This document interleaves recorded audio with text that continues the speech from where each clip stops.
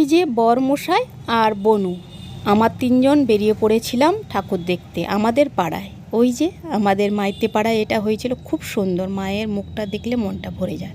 তো নমস্কার বন্ধুরা, আমি ভালো আছি, আশা করব তোমরা সকলে ভালো আছো। কে কেমন আছো অবশ্যই কমেন্ট করো।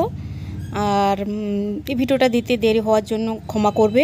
শুধু ঠাকুর দেখিনি, ওখানে একটা প্রোগ্রাম হয়েছিল, গান হয়েছিল, একটু বসে গান শুনলাম, তারপর ভিডিও বানিয়ে আমরা খিচুড়ি নিয়ে বাড়ি এলাম।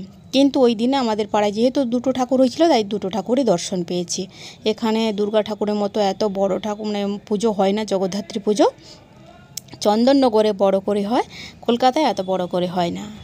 আর ওই দেখো খিচুড়ি কিন্তু ডেকে ডেকে দিচ্ছে, আর আমি খিচুড়ি পেলে হাত পেতে দেয়, কিন্তু যে যা ভাবুক আমি খিচুড়ি খাই। আর ওটা দুটো নিয়েছিলাম, আর একটা বন্ধুর জন্যও নিয়েছি, ধরতে পারছি না, গরম ছিল, তাই প্যাকেটে এনে ঢুকিয়ে নিয়েছিলাম। আর একটা নিতে বলছিল, তো নিয়ে আসার জায়গা নেই, তাই নিয়ে আসিনি। আর তারপরে এটা আমাদের মুচিপাড়ায় হয়েছিল, ওটা মাইতিপাড়া, এটা মুচিপাড়া, একদম আমাদের স্ট্যান্ডের গায়ে। মায়ের প্রতিমাটা খুব ভালো হয়েছিল, মণ্ডপটা ভালো করে সাজিয়েছিল, আর লাইটিংটাও ভালো করেছিল। চন্দন রঙের মতো লাইটিং না, মানে ওই যে গাছের উপর যে লাইটিংটা পড়েছিল, কালার ফ্লেক্স করছিল, আমার খুব ভালো লেগেছিলো ওই লাইটিংটা দেখে। আর ওখানে সন্ধি পুজো হয়েছিল, জানো তো জগদ্ধাত্রীর মানে দুর্গা মায়ের মতো পুজো হয়।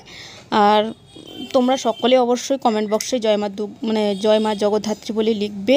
তোমরা ভালো থেকো, সুস্থ থেকো, আর সকলকে আমার তরফ থেকে রাধে রাধে। ভিডিওটি ভালো লাগলে অবশ্যই লাইক শেয়ার কমেন্ট করবে।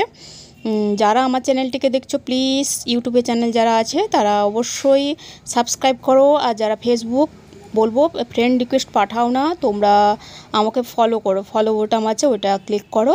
সকলকে